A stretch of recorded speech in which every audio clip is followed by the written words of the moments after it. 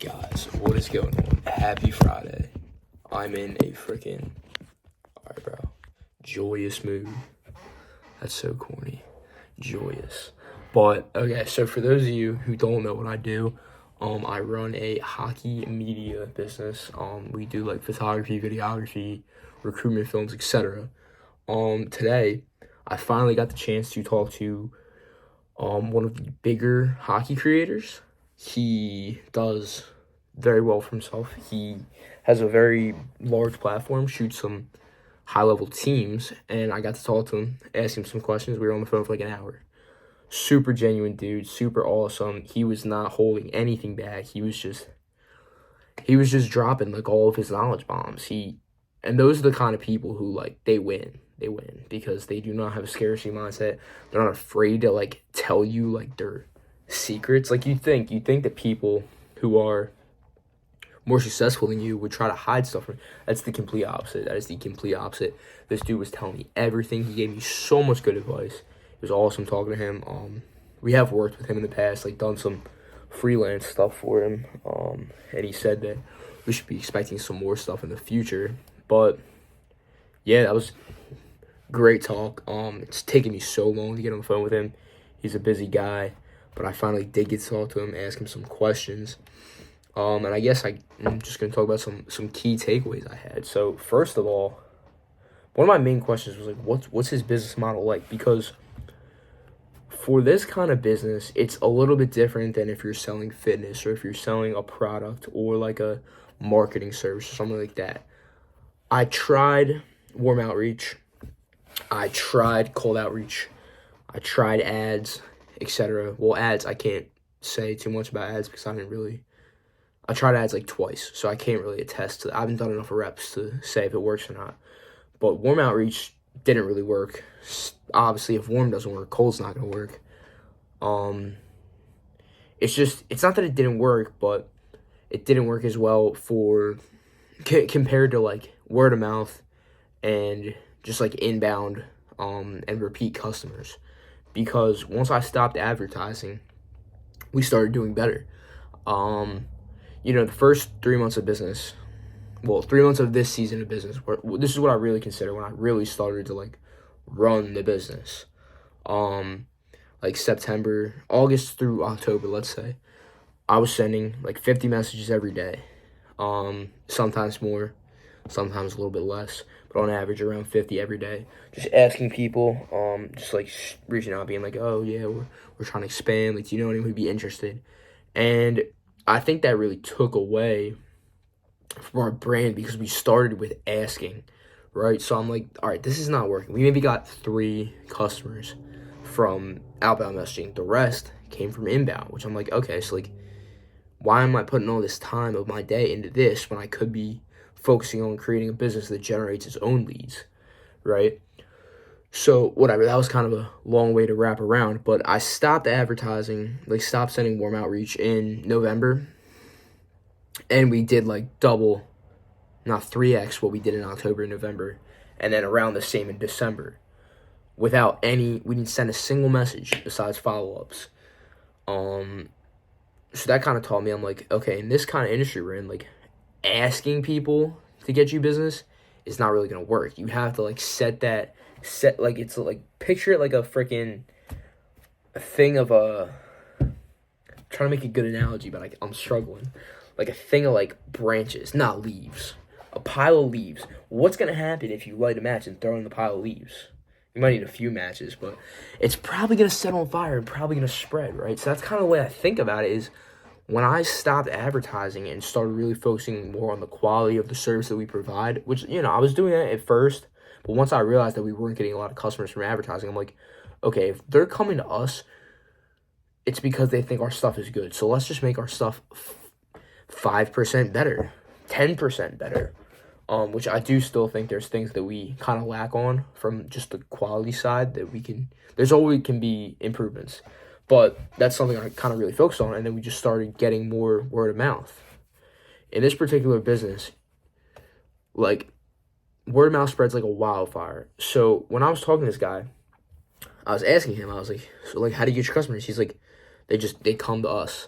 He's like, I get at least one like inquiry every single day about like booking a job. At least one every single day. So that's 30 a month.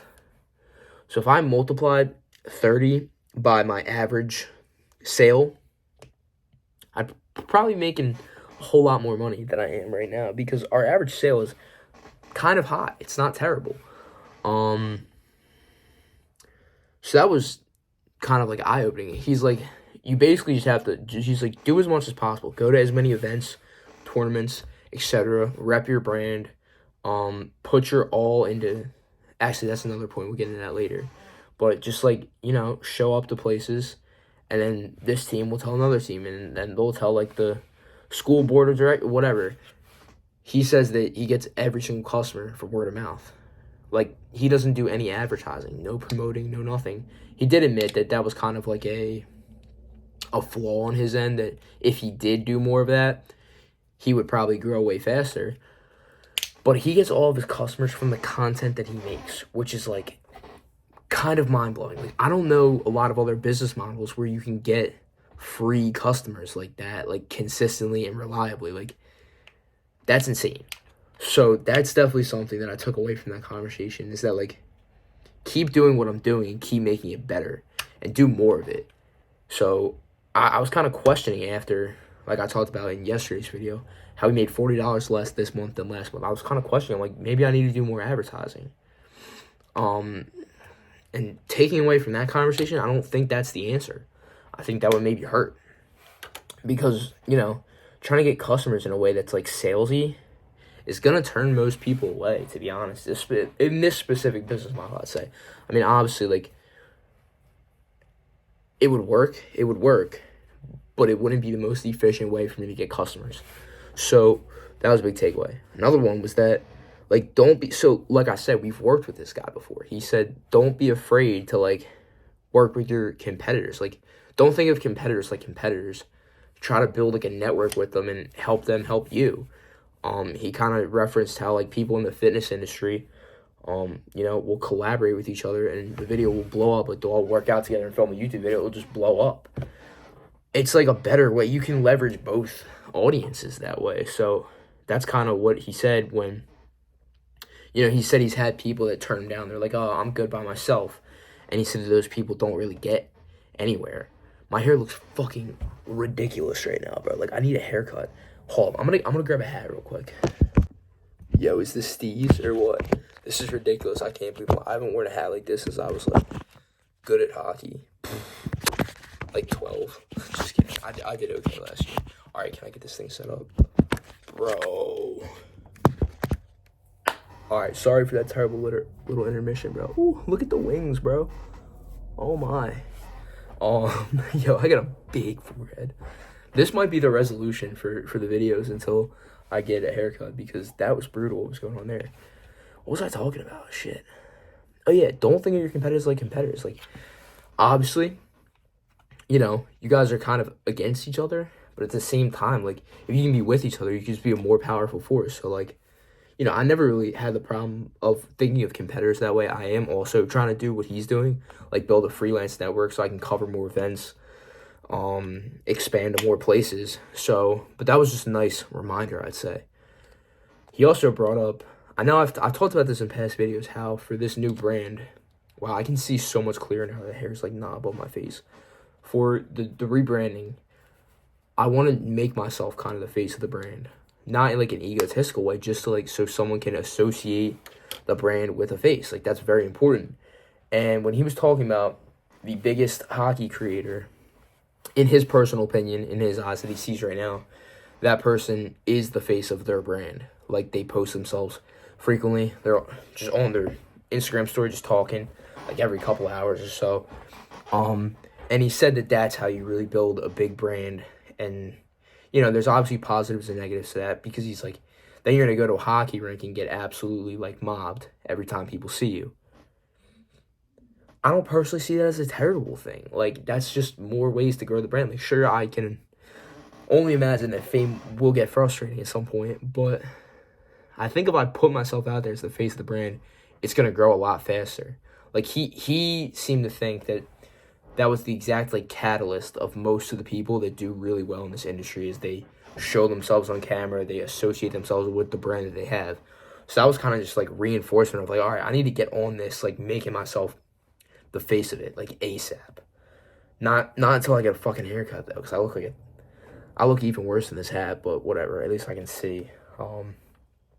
And the other thing, the last thing he said that kind of really hit was like, just like this is like obvious and cliche, but put your all into everything. Like he said that he got asked to film some high school, and they weren't very good. They weren't very good at hockey, and he's at the point now where he can turn down jobs. Like I don't have that luxury yet.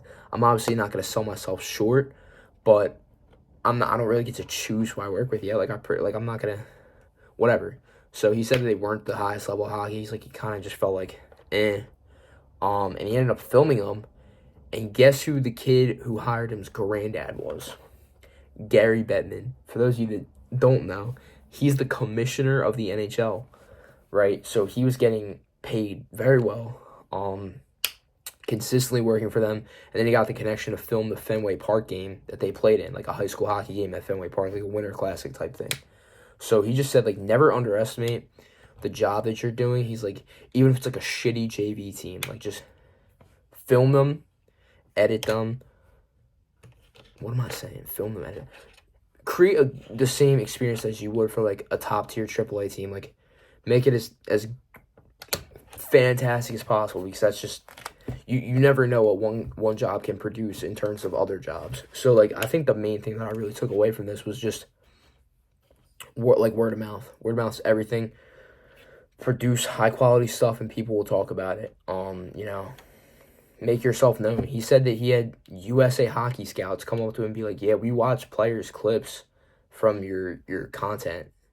And he was just like shocked that they even knew him. Like, and this guy's pretty big. Like, keep in mind, he's big. But that's like next level, dude. That's like next level recognition. So great Friday. Great opportunity to talk to him. Really enjoyed the feedback he gave me and the just insights overall. Like, you can tell that this guy is gonna, like, he's significantly older than me, but he's gonna kill it as long as he sticks with it. Like, you can, not to sound like a egotistical douchebag, but like, game recognized game. I'm not saying I'm game, but like, if I were hypothetically game, this dude's got it. Like, that obviously he's got it because he's more successful than a lot of people in the industry, but like, just I could tell by the way he was talking and the way that he wasn't afraid to like say like things that some people would be like, oh, like, why am I telling this? But like, I guess that kind of all stems down to the way he thinks about his competitors. But yeah, overall, great talk with him. I really appreciated his time. And I feel like I got a lot out of it. Like, I feel like I got kind of like validation on where I do want to bring this thing, and kind of just like a sense of urgency. I'm saying a lot. I need more coffee. We're on coffee number 2 of the day, but I need to go get some more because I went to bed really late last night. Overall though, yeah, great talk, great Friday, and that's pretty much it for the rest of the day. I have to send some emails, reaching out to like tournaments and stuff, and work on the website, and that's pretty much it. But both of those are going to take a long ass time, so yeah. I'll catch you guys. Let me know if the hat's the wave, though. Is the hat the wave? Oh, now it looks even worse, bro. I'll have to wear like a hat at the gym. Wait, actually might look better. I don't know. I don't come on here to look pretty, but yeah, so that's it, I think. I'll catch you guys in the next one.